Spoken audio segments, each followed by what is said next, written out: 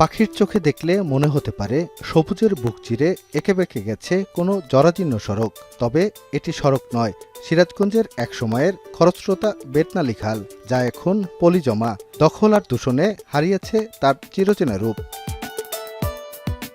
অথচ একসময় এই খালের উপর নির্ভর করেই চলত দুপারের মানুষের জীবন জীবিকা। নিয়মিত চলত বড় বড় মালবাহী নৌকা, চলত মাছ ধরার উৎসব। তবে গত কয়েক দশকে পলিজমে তলদেশ ভরাট হয়ে যাওয়ায় বন্ধ হয়ে গেছে নৌপথ। সংকটে পড়েছে স্থানীয় কৃষি।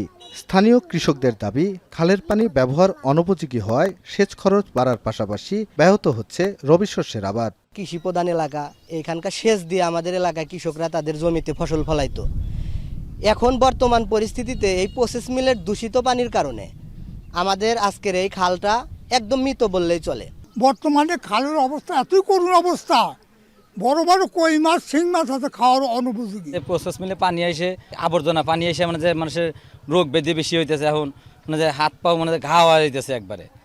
শুধু প্রাকৃতিক কারণেই নয়, খালের এই মরণদশার পেছনে বড় ভূমিকা রাখছে স্থানীয় প্রসেস মিলগুলো। কারখানার শোধনহীন রাসায়নিক বর্জ্য সরাসরি মিশছে খালের পানিতে। প্রসেস মিলের পানি শিল্প কারখানার বর্জ্য ডিরেক্ট খালে ফেলছে।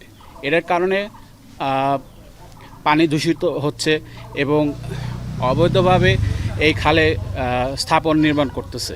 খালের দুই পাশে যে মিল কারখানা, প্রসেস মিল এগুলা যে আছে, এগুলার বজ্র পানি এই খালের ভিতরে প্রবেশ করায় আমাদের খালটা একবারে নোংরা হয়ে গেছে। আমরা গোসল করতে পারি না, গরু বাছুর সাঁতরাতে পারি না, আমাদের এই জায়গায় প্রচুর গন্ধ, থাকতে পারি না বাড়িতে।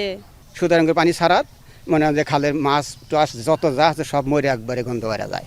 অবশ্য খালটি রক্ষায় দূষণকারী প্রতিষ্ঠানগুলোর বিরুদ্ধে আইনি ব্যবস্থা নেওয়ার কথা বলছে পরিবেশ অধিদপ্তর। আর পরিবেশ ও জীববৈচিত্র্য রক্ষায় বেতনালী খালটি উদ্ধার ও দ্রুত খনন করার আশ্বাস জেলা প্রশাসনের।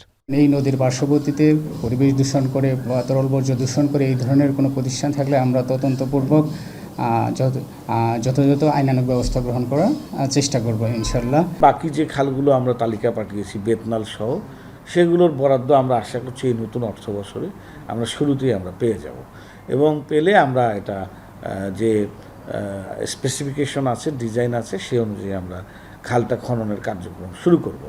তো এই খাল খনন কার্যক্রম শুরু হয়ে গেলে আশা করি যে দূষণের যে বিষয়টা সেটি অনেকটাই রোধ হবে। দখল আর দূষণের হাত থেকে বেতনালী খালটিকে মুক্ত করে দ্রুত খনন করা হলে তা যেমন রক্ষা করবে এই অঞ্চলের পরিবেশ ও জীববৈচিত্র্য, তেমনি সচল হবে স্থানীয় অর্থনীতি। রিফাত রহমান, এখন, সিরাজগঞ্জ।